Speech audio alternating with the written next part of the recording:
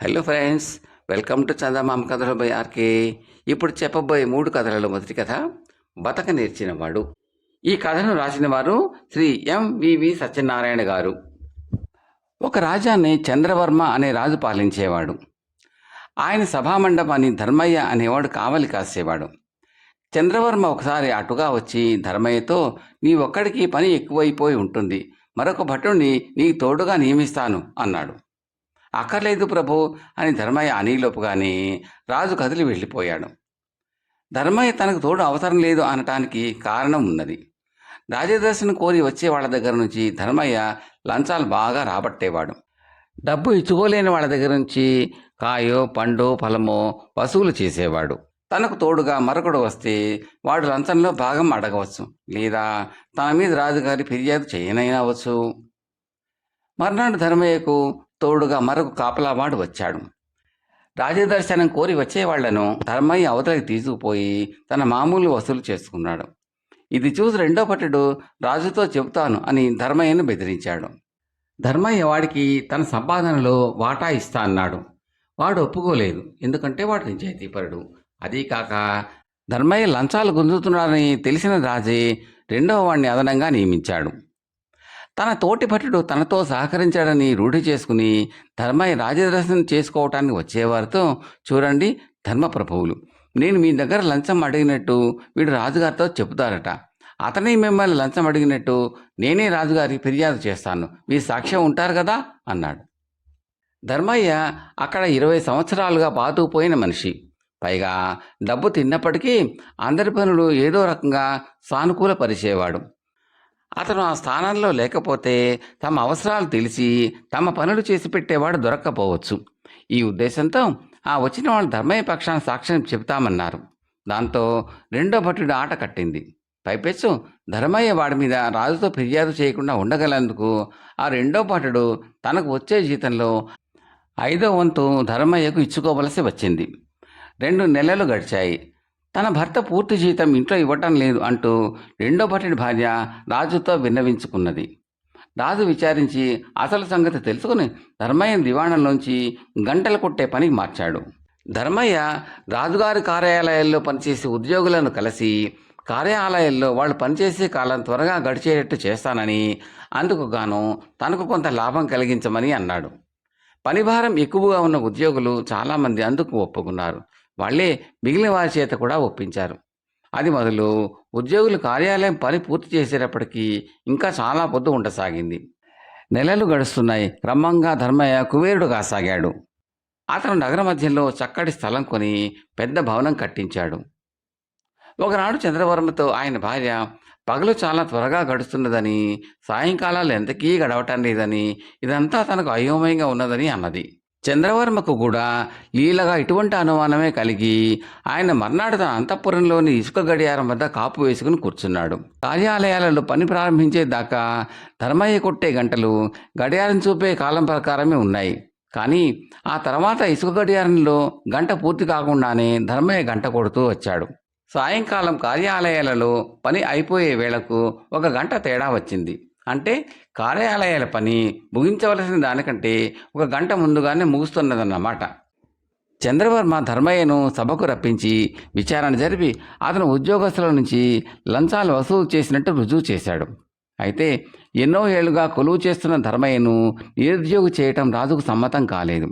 అతన్ని ఎవరైనా కఠినమైన అధికారి వద్ద ఉద్యోగానికి వేస్తే అతని ఆట కట్టవుతుందని అనుకున్నాడు రాజు. చంద్రవర్మ వద్ద ఉండే సైన్యాధికారి మహాకర్కోటకుడని ప్రతీతి. ఆయనకు సేవకుడుగా ధర్మయ్య నియమించబడ్డాడు. ఈ కొత్త ఉద్యోగంలో ధర్మయ్య నిజాయితీగానే ఉంటూ తన పనులు జాగ్రత్తగా చేసుకుపోతున్నాడు. ఒకనాడు సాయంకాలం ధర్మయ్య తోటలో మొక్కలకు నీళ్లు పోస్తున్నాడు.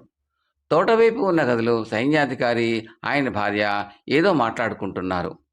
మామూలు మాటలుగా మొదలైన వారి సంభాషణ క్రమంగా కీచులాటగా మారింది. ధర్మయ్య చప్పున కిటికీ పక్కన చేరి ఆలకించాడు. సైన్యాధికారి బయట పులి అయినా ఇంట్లో భార్య ముందు పిల్లి. ఆయన భార్య కోపం పట్టలేక చొప్పున చేతికి అందిన వస్తువు ఒకటి తీసుకుని తన భర్తను కొట్టింది. వెంటనే సైన్యాధికారి అనుమానంతో ఎవరైనా చూశారేమోనని అటు ఇటు చూసేసరికి కిటికీలోంచి ధర్మయ్య తొంగి చూడడం కంటపడింది. ఆయనకు తల కొట్టేసినట్టయింది. ఆయన భార్యను ఏమీ అనలేక తోటలోకి వచ్చి ధర్మయ్యని చివాట్లు పెట్టాలని చూశాడు. అయితే ధర్మయ్య చిరాకు పడుతూ, చాలండి ధర్మప్రభువులు, ఎంత ప్రేమ ఉంటే మటుకు భార్య చేత కొట్టించుకుంటారా? అవ్వా, ఈ సంగతి రాచనగర్లో తెలిస్తే మీకు ఎంత నామర్దా అన్నాడు. సైన్యాధికారికి ఈ మాట చురుక్కున తగిలింది. ఈ విషయం ఎక్కడా చెప్పవద్దని ఆయన ధర్మయ్యను బతిమాలాడు. అభ్యంతరం లేదు బాబు, కానీ మహారాజు గారు నన్ను పిలిచి, ఏరా సైన్యాధికారి గారి ఇల్లు ఎలా ఉంది నీకు అని అడిగితే నిజం దాచకూడదు కదండి అన్నాడు ధర్మయ్య. సైన్యాధికారి ధర్మయ్యకు లంచం ఇయ్యక తప్పలేదు. అడపాదడప ధర్మయ్య సైన్యాధికారి భార్య వద్ద కూడా లంచాలు పుచ్చుకునేవాడు. పులిలాంటి సైన్యాధికారి ఆయన భార్య కూడా ధర్మయ్య దగ్గర పిల్లులాగా అయిపోయినట్టు ఇతర నౌకర్ల ద్వారా పుకారు బయలుదేరి ఆ నోట అది రాజు దాకా వెళ్ళింది. రాజు ఆశ్చర్యపడి ధర్మయ్యను రప్పించి సంగతి తెలుసుకుని రహస్య సంభాషణలు విన్నందుకు, ఒక అధికారిని పీడించినందుకు ధర్మయ్యను పనిలోంచి తొలగించాడు. అప్పటికే బాగా సంపాదించి ఉండడం చేత ధర్మయ్య ఉద్యోగం పోయినందుకు పెద్దగా విచారించలేదు. పైపెచ్చు అతను నిరుద్యోగులుగా ఉన్న 4 యువకులను చేరదీసి కొద్దిపాటి జీతాల మీద వాళ్ళకు తానే ఉద్యోగం ఇచ్చాడు. వాళ్ళ పని ఏమిటి అంటే, వాళ్ళు నలుగురు 4 పేటలు తిరిగి తమకు వింతగా తోచిన సంఘటనలను, మనుషులను గురించి తమ వద్ద ఉన్న పుస్తకాలలో రాసుకుని వాటిని రాత్రివేళ ధర్మయ్యకు చూపించాలి. వాళ్ళు రాసిన విషయాలను ప్రాధాన్యతను బట్టి ధర్మయ్య తన చిఠాపుస్తకంలో రాసుకునేవాడు. కొన్నాళ్ళు అయ్యేసరికి అతని చిఠాపుస్తకం లోకోక్తి అయిపోయింది. ఎవరికీ తెలియని విషయాల గురించి ధర్మయ్య చిఠాపుస్తకంలో దొరకవచ్చు అనడం పరిపాటి అయింది. ఆ ఏడాది దసరా ఉత్సవాలు నగరంలో వైభవంగా జరిగాయి. వాటిని చూడడానికి ఎక్కడెక్కడ నుంచో జనం వచ్చారు. దూర ప్రాంతపు రాజులు కూడా వచ్చి ఉత్సవాల్లో పాల్గొని చంద్రవర్మకు అనేక లక్షల విలువ చేసే వజ్రపు ఉంగరాన్ని బహూకరించారు. 10వ రోజున దసరా ఉత్సవాలు ముగిశాయి. ఉత్సవాల సందడిలో చంద్రవర్మ తన వజ్రపు ఉంగరాన్ని ఎక్కడో పారేసుకున్నాడు.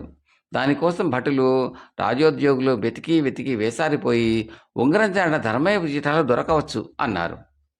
కాలక్షేపం కోసం రాజు ధర్మయ్యను చిఠాపుస్తకంతో సహా తన వద్దకు పిలిపించుకున్నాడు. 10వ నాటి ఉత్సవాలలో విశేషాలు ఏమైనా ఉన్నాయా అని రాజు ధర్మయ్యని అడిగాడు. ధర్మయ్య తన చిఠా తెరిచి, దక్షిణపు వీధిలో ఒక చెట్టుకు పట్టపడేను కట్టివేసి ఉన్నది. మావటివాడు తొందరగా తన ఇంటికేసి పరిగెడుతున్నాడు అని చదివాడు. ఈ వార్త తెలిపిన యువకుడిని పిలిపించమని ధర్మయ్యను అడిగాడు రాజు. ఆ యువకుడు వచ్చి రాజుగారి మావటి వాళ్ళందరిలోనూ తాను చూసిన వాడిని గుర్తుపట్టాడు. పట్టపటేనుగును నడివీధిలో కట్టి ఇంటికెందుకు వెళ్ళావు అని రాజు మావటి వాడిని అడిగాడు. ఇంటికి అవసరంగా వెళ్ళవలసి వచ్చింది మహారాజా. ఆ రోజు మీరు మార్గమధ్యంలో ఏనుగును దిగి కాలినడకన ఉత్సవం జనంలోకి వెళ్ళారు. నా తప్పు కాయండి అన్నాడు మావటివాడు దీనంగా. యువకుడు రాజుతో, నిన్న ఈ మావటివాడిని వాడి భార్య పట్టుచీర కొనమని, ముత్యాలహారం చేయించమని అడగడం విన్నాను. అది కూడా చిటాల్లో ఉంది, కావాలంటే చూసుకోండి అన్నాడు. చిటాల్లో అది ఉన్నది. నీకు అంత డబ్బు ఎలా వచ్చిందో చెబుతావా, ఉరి తీయించమన్నావా అన్నాడు రాజు మావటివాడితో. మావటివాడు గడగడలాడుతూ, రాజు ఆ రోజుని పట్టపుటెన్ను దిగే తొందరలో ఉంగరం జారిపోయిందని, దాని చప్పును తాను తీసుకున్నానని, దాన్ని తెగనమ్మి తన ఖర్చు పెట్టమని తన భార్య అంటున్నదని బయటపెట్టాడు. రాజుకు ఉంగరం దొరికింది. ధర్మయ్యను అతని కుర్రాళ్లను ఎలా ఉపయోగించాలో రాజుకు బాగా తెలిసింది. ఆయన వాళ్లను గూఢచారులుగా నియమించి వాళ్లకు మంచి జీతం ఇచ్చి తన కొలువులో పెట్టుకున్నాడు. రాజులు గూఢచారులు నియమించడం అప్పటి నుంచి ఆరంభమైంది. కథ సమాప్తం. 2వ కథ వ్యాపారం. ఈ కథను రాసిన వారు ఏసీ సర్కార్ ఐంద్రజాలికుడు. గీతాపురం కోడిగుడ్లకు ఎంతో ప్రసిద్ధి. ఆ గ్రామంలో చాలామంది రైతులు వ్యవసాయంతో పాటు కోళ్ల పెంపకం కూడా చేసి అదనంగా రాబడి సంపాదించేవారు. గుడ్లు పెద్దవిగాను రుచిగాను ఉండి మంచి రాబడి వచ్చేది. అయితే ఆకస్మికంగా కోళ్లు అధిక సంఖ్యలో చావటం ఆరంభమై త్వరలోనే గ్రామంలో ఒక్క కోడి కూడా లేకుండా పోయింది. దీనానాథ్ అనే వాడి పెంపకంలో ఉన్న 500 కోళ్లలో ఒక్కటి కూడా దక్కలేదు. ఇదేదో గాలి చేష్ట, మన కోళ్లను పిశాచాలు పట్టుకుపోయాయి. ఆ పిశాచాలను మారణహోమం చేస్తే కానీ మన కోళ్లు బతకవు, లేకపోతే మన కోళ్ల గతే మనకు పడుతుంది అన్నాడు దీనానాథ్. ఆ గ్రామంలోని వారు ఎవరూ ఎక్కువగా చదువుకోకపోవటాన ఈ మాట రైతులకు సబబుగా తోచింది. పక్క గ్రామంలో ఒక భూత వైద్యుడున్నాడు. అందరూ కలిసి చందాలు వేసుకుని ఆ భూత వైద్యుడిని పిలిపించి పిశాచాల బెడద వదిలించుకోవటానికి నిర్ణయం జరిగింది. ఒక శనివారం సాయంత్రం భూతవైద్యుడు తన శిష్యులతో సహా వచ్చి పిశాచాలను బదలగొట్టే తంతు అంతా జరిపి గ్రామస్తులు పెట్టిన భోజనం దండిగా తిని డబ్బు కూడా దండిగానే పుచ్చుకుని ఇక మీకు పిశాచాల బెడద ఉండదు అని వెళ్ళిపోయాడు. ఇక భయం లేదనుకుని గ్రామంలోని రైతులు మళ్ళీ కోళ్లు కొని కోడిగుడ్ల వ్యాపారం తిరిగి ప్రారంభించారు. కానీ వారం తిరిగే లోపలే మళ్ళీ ఆ కోళ్ళన్నీ కూడా రోగాలతో చచ్చిపోయాయి. ఎందుకు వచ్చిన కోళ్ల వ్యాపారం రా, మన వ్యవసాయం ఏదో మనం చూసుకుందాం, మనకేదో తిరుగులేని శాపం తగిలింది అన్నాడు దీనానాథ్ మిగిలిన రైతులతో. ఈ విధంగా గీతాపురపు కోడిగుడ్లు మచ్చుకైనా కనిపించకుండా పోయాయి. రైతులు తమ విశ్రాంతి కాలంలో గోళ్లు గిల్లుకుంటూ కూర్చున్నారు. గీతాపురానికి చెందిన ఒక భూస్వామి కొడుకు శంకర్ సెలవులకు ఇంటికి వచ్చాడు. కిందటిసారి అతను ఇంటికి వచ్చినప్పుడు ఏ పూట గుడ్డు లేకుండా భోజనం చేయలేదు. ఈసారి 3 రోజులు గడిచినా అతని భోజనంలో కోడిగుడ్డు ఏ రూపంలోనూ ప్రత్యక్షం కాలేదు. అతను వాళ్ళ అమ్మని అడిగితే శాపం తగిలి పిశాచాలు ఆవహించి కోళ్లన్నీ చచ్చిపోయాయని చెప్పింది. కోడిగుడ్ల వ్యాపారం గ్రామంలోని రైతులకు ఎంతగా లాభించింది శంకర్ ఎరుగును. అతను గ్రామంలో ఎలాగైనా కోడిగుడ్ల వ్యాపారం పునఃప్రతిష్ఠ చేయాలనుకున్నాడు. అసలే దేశంలో ఆహార కొరత చాలా హెచ్చుగా ఉంది. ఇక మాంసకృతుల మాట చెప్పనే అవసరం లేదు. అందుచేత ఆహార ఉత్పత్తి మందగించని రాదు. ఆ మర్నాడు ఉదయమే శంకర్ దీనానాథ్ ఇంటికి వెళ్ళి కోళ్ళు ఏదో అంటువ్యాధులు చచ్చిపోయాయి కానీ శాపాలు పిశాచాలు వంటివి ఏమీ కాదని అతడికి నచ్చ చెప్పడానికి ఎంతగానో ప్రయత్నించాడు. కానీ రైతుల మూఢ విశ్వాసాలు నమ్మకాలు ఒకంతటా వదిలేవి కావు కదా. బస్తీలో ఉంటూ తాను నేర్చుకున్న ఇంద్రజాలం ఉపయోగించి ప్రజల మూఢ విశ్వాసాన్ని జయించాలి అని శంకర్ నిశ్చయించాడు. అతను గ్రామస్తులతో, నేను ఎక్కువ కాలం పట్టణంలో ఉంటాను కదా, అక్కడ దేవాలయాలలో గొప్ప గొప్ప బైరాగులు సిద్ధులు ఉంటారు. మా నాన్న ఊరి విశేషాలు రాస్తూ మీకు జరిగిన అన్యాయం నాకు రాశాడు. అప్పుడు నేను ఒక సిద్ధుడి దగ్గరకు వెళ్ళి ఆయన దర్శనం చేసుకుని విషయమంతా చెప్పాను. ఆయన పేరు గంభీరానంద మహారాజ్.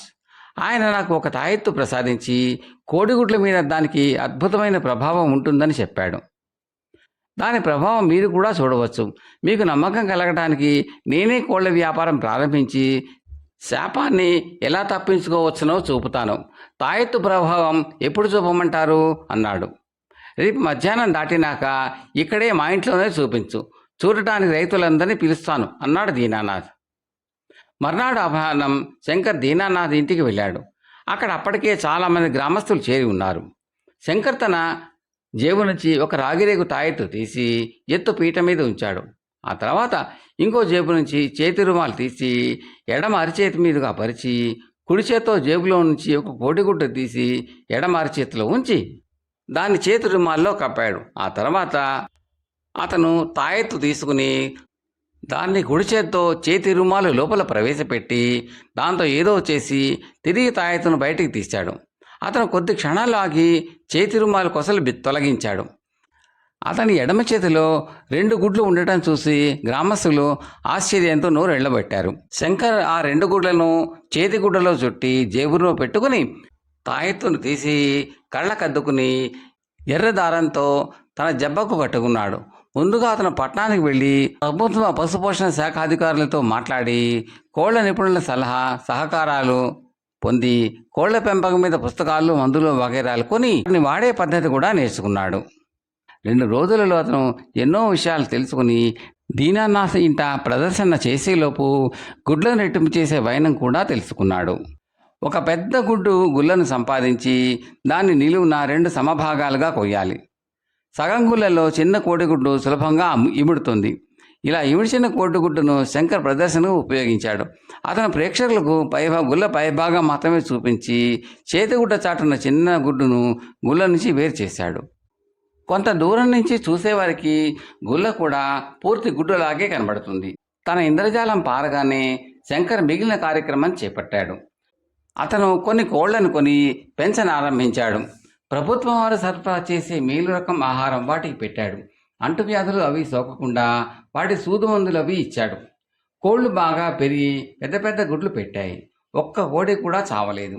గ్రామస్తులు రోజు వచ్చి అతని కోళ్ల పరిశ్రమను చూసి వెళ్తూ ఉండేవారు. 3 వారాలు గడిచేసరికి శంకర్ కోళ్ల వ్యాపారం అద్భుతంగా రూపొందింది. అంతా నా తాయెత్తు చలవ దీను మామ అది మన పెద్ద ఎత్తున కాపాడింది. ప్రత్యేకమైన ఆహార కోళ్లను బలవపెట్టింది. ఇంజెక్షన్లు పుష్టినిచ్చాయి. మీరేమీ భయపడకండి. మళ్ళీ కోళ్ల వ్యాపారం సాగించి గీతాపురం గుడ్లను మళ్ళీ అమ్మకానికి పెట్టండి. సిద్ధుల వారిని అడిగి ఇంకా తాయెత్తులు తెస్తాను. నేనిక్కడ ఉన్ననాళ్ళు నా తాయెత్తు ఉండనే ఉంటుంది. ప్రతిరోజు ప్రతి ఇంటికి వచ్చి మీ కోళ్లకు అపాయం లేకుండా చూస్తాను అన్నాడు శంకర్. శంకర్ ఇచ్చిన ప్రోత్సాహంతో రైతులు కొత్తగా కోళ్లు కొన్నారు.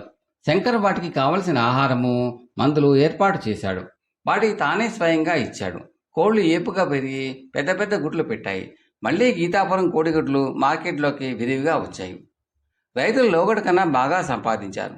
తర్వాత శంకర్ పశుపోషణలో ప్రత్యేక శిక్షణ పొంది తన గ్రామానికి తిరిగి వచ్చి అక్కడ ఉండే కోళ్ల పరిశ్రమని కనిపెట్టి ఉన్నాడు.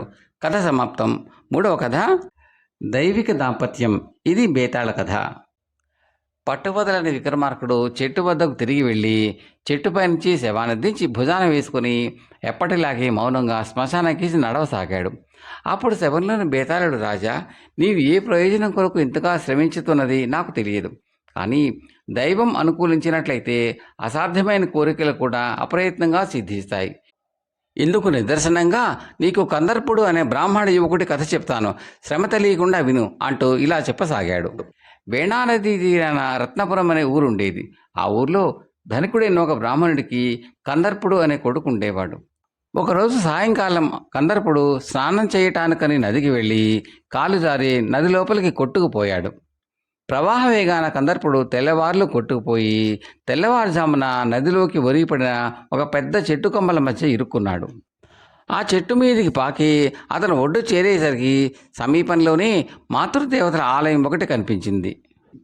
అతను ఆలయంలో ప్రవేశించి మాతృదేవతామూర్తులకు దండం పెట్టి, తల్లులారా, ఈ దీనుని దీవించండి, కాపాడండి అని ప్రార్థించి అలసిపోయి ఉండటం చేత అక్కడే పడుకుని నిద్రపోయాడు. పగలల్లా గడిచి రాత్రి వచ్చింది. కందర్పుడికి మెలకు వచ్చేసరికి మాతృదేవతలు తమలతో మాట్లాడుకోవడం వినిపించింది. ఈవేళ చక్రపురిలో చక్రమేళం జరుగుతున్నది. మనం అక్కడికి వెళ్ళాలి.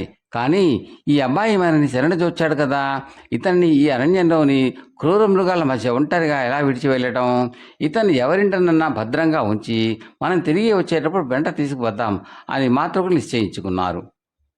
వారు అతను చక్కగా అలంకరించి ఆకాశ మార్గాన్ని తీసుకుపోయి రత్నాకరపురం అనే ఊళ్ళో జయదత్తుడు అనే బ్రాహ్మణుడి ఇంట దించి తమ దారిని తాము వెళ్ళారు. దైవికంగా ఆ రోజే జయదత్తుడు కుమార్తె అయిన సుమన అనే పిల్లకు వివాహం జరుగుతున్నది. పెళ్లి ప్రయత్నాలన్నీ పూర్తి అయ్యాయి. సుమనను పెళ్లి కూతుర్ని చేశారు. పురోహితుడు మొదలైన వారంతా పెళ్లివారి రాక కోసం ఎదురు చూస్తున్నారు. ముహూర్తం వేళ దగ్గర పడుతున్నది. కానీ పెళ్లివారి జాడ ఇంకా లేదు. ఇంతలో ఎవరో కందర్పుడిని చూసి, ఇదిగో పెళ్లి కొడుకు అన్నారు. అందరూ కలిసి అతని వివాహ వేదిక వద్దకు తీసుకువెళ్లారు. జయదత్తుడు విద్యుక్తంగా అతనికి సాలంకృత కన్యాదానం చేసేశాడు. కందర్పుడి అందచందాలు చూసి పెళ్లికి వచ్చిన ముత్తైదువులందరూ, సుమన ఎంత అదృష్టవంతురాలు, నవ మన్మధుడు లాంటి భర్త సంపాదించుకుంది అని అభినందించారు. పెళ్లి తంతు ముగిసేసరికి ఇంకా రాత్రి మిగిలి ఉన్నది. కందర్పుడు మేడ మీదకి వెళ్ళి పడుకున్నాడు. తెల్లవారబోతూ ఉండగా చక్రమేళ నుండి తిరిగి వస్తూ మాతృకలు అతన్ని తీసుకుని బయలుదేరారు. కానీ దురదృష్టవశాత్తు మాతృకుల ఆకాశగమనాన్న ఎగిరిపోతూ ఉండగా వారికి మరొక జట్టు ఎదురై కందర్పుడిని మాతృకల నుంచి అపహరించాలని ప్రయత్నించింది. రెండు జట్లకు మధ్యన పోరాటంలో కందర్పుడు కాస్త మాతృకుల చేతి నుంచి జారి కింద పడ్డాడు. తనకు ఈ కష్టాల పరంపర తప్పదు అనుకుంటూ అతను దొరికిన దారి పట్టి నడవసాగాడు. తనకు వివాహమైన ఊరేదో కూడా అతనికి తెలియదు. తను పెళ్లాడిన కన్య పేరు సుమన అని మాత్రమే అతనికి తెలుసు. దారిలో అతనికి మరొక బ్రాహ్మణ యువకుడు స్నేహితుడయ్యాడు. కందర్పుడు అతని వెంట నడక సాగించాడు. వారు అలా కొద్ది రోజులు ప్రయాణించి రత్నానది సముద్రంలో కలిసే చోట ఉండే భీమపురాన్ని చేరుకున్నారు. వారు అక్కడికి చేరేసరికి నదీ తీరాన జనం గుంపులు గుంపులుగా చేరి ఉన్నారు. సముద్రపు పోటుకు ఒక పెద్ద చేప ఒడ్డు కొట్టుకు వచ్చింది. మాంసం కోసమని ఆ చేపను కొందరు కోస్తున్నారు. అలా కోస్తూ ఉండగా చేప కడుపు నుంచి ప్రాణాలతో సహా ఒక స్త్రీ బయటికి వచ్చింది. అలా చేప కడుపులో నుంచి బయటకు వచ్చినది తన భార్య సుమన అని గుర్తించి కందర్పుడు తన మిత్రుడితో, ఆ పిల్లే నా భార్య సుమన, నువ్వేమీ మాట్లాడకు, ఏం జరుగుతుందో చూద్దాం అన్నాడు. ఈ లోపల 10 మంది సుమన చుట్టూ మూగి, నువ్వు ఎవతవు, ఈ చేప కడుపులో ఎలా ప్రవేశించావు అని ఆమెను ప్రశ్నించాలనిపించారు. మాది రత్నాకరపురం. నా తండ్రి పేరు జయదత్తుడు. నా పేరు సుమన. ఈ మధ్యన ఒక రాత్రి నాకు ఒక అందమైన యువకుడితో వివాహమైంది. తెల్లవారేసరికి నా భర్త కనిపించలేదు. నా తండ్రి ఎంత వెతికించి కూడా ప్రయోజనం లేకపోయింది. నాకు జీవితం పైన విరక్తి కలిగి ఆత్మహత్య చేసుకుందామని నదిలో దూకాను. అందులో పడి కొట్టుకుపోతూ ఉండగా నన్ను ఒక చేప మింగింది. అందులోంచి మీరు నన్ను బయటకు తీశారు అన్నది సుమన. ఆమె ఇలా చెబుతూ ఉండగా యజ్ఞస్వామి అనే బ్రాహ్మణుడు జనాన్ని తోసుకుని ముందుకు వచ్చి, అయ్యో మా సుమన, ఎంత పని జరిగిందే అంటూ ఆమెను కౌగలించుకున్నాడు. సుమన తల ఎత్తి తన మేనమామను గుర్తించి మామయ్య అంటూ పెద్దగా ఏడ్చింది. దిగులు పడకమ్మా, మన ఇంటికి పోదాం పదా అన్నాడు యజ్ఞస్వామి. ఎందుకు మామయ్య, నాకు బతకాలని లేదు. ఉన్నట్టయితే కన్న ఇంటినే ఉండేదాన్ని కదా. నా భర్తను విడిచి నేను బతకను. నాకు ఇక్కడే చితిని పేర్పించు, అందులో కాలి ప్రాణాలు విడుస్తాను అన్నది సుమన. ఆత్మహత్య చేసుకోవద్దని ఆమెను యజ్ఞస్వామే కాక అక్కడ ఉన్నవారంతా కూడా బతిమాలారు. కానీ సుమన తన నిశ్చయం మార్చుకోలేదు. అంతదాకా చూస్తూ ఉండిన కందర్పుడు అప్పుడు ఆమె ఎదుటికి వచ్చాడు. సుమన అతన్ని చూడగానే గుర్తించి అతని కాళ్లపైన పడి ఆనంద భాష్పాలు రాల్చింది. ఎవరమ్మా ఇతను అని యజ్ఞస్వామి మిగిలిన వాళ్ళు కూడా సుమనను అడిగారు. ఈయనే నా భర్త అన్నది సుమన వికసించిన ముఖంతో. యజ్ఞస్వామి పరమానందం చెందాడు. ఆయన సుమనను, కందర్పుణ్ణి, అతని మిత్రుణ్ణి తన ఇంటికి తీసుకుపోయి కొంతకాలం ఉంచుకుని ఆ తర్వాత పంపేశాడు. కందర్పుడు ముందుగా తన భార్యతో సహా అత్తవారింటికి వెళ్ళి ఆ తర్వాత తన ఊరికి వెళ్ళిపోయాడు. బేతాళుడి కథ చెప్పి, రాజా, నాకొక్క సందేహం. కందర్పుడు సుమనను చూడగానే ఆమె ఎదుట పడక ఆమె చితిలో పడి కాలిపోవటానికి సిద్ధమైన దాకా ఎందుకు చూస్తూ ఉండిపోయాడు? ఈ ప్రశ్నకు సమాధానం తెలిసి కూడా చెప్పకపోయావో నీ తల పగిలిపోతుంది అన్నాడు. దానికి విక్రమార్కుడు, సుమన దైవికంగా లభించిన భార్య అయినా కూడా ఆమె తనను నిజంగా ప్రేమించింది అన్న సంగతి తెలుసుకోవటంలో కందర్పుడికి ఎక్కువ ఆనందం ఉంటుంది. ఆత్మాభిమానం గలవాడు అర్హత లేకుండా వరాలు పొందగోరడు. అందుచేతనే మానవంతులు దైవానుకూల్యం కన్నా తమ యత్నానికి హెచ్చు విలువ ఇస్తారు. కందర్పుడు ఆత్మాభిమానం గలవాడిలాగానే ప్రవర్తించాడు అన్నాడు. రాజుకి ఈ విధంగా మౌనభంగం కలగగానే బేతాళుడు శవంతో సహా మాయమై తిరిగి చెట్టెక్కాడు. కథ సమాప్తం. ఈ కంటెంట్ మీకు నచ్చితే లైక్ చేసి, ఇప్పటి వరకు సబ్స్క్రైబ్ చేయకపోతే సబ్స్క్రైబ్ చేసి గంట సింబల్ని కాల్ కూడా నొక్కండి. ఈ కథలపై మీ విలువైన అభిప్రాయాలను కామెంట్లో పెట్టండి. Thank you very much.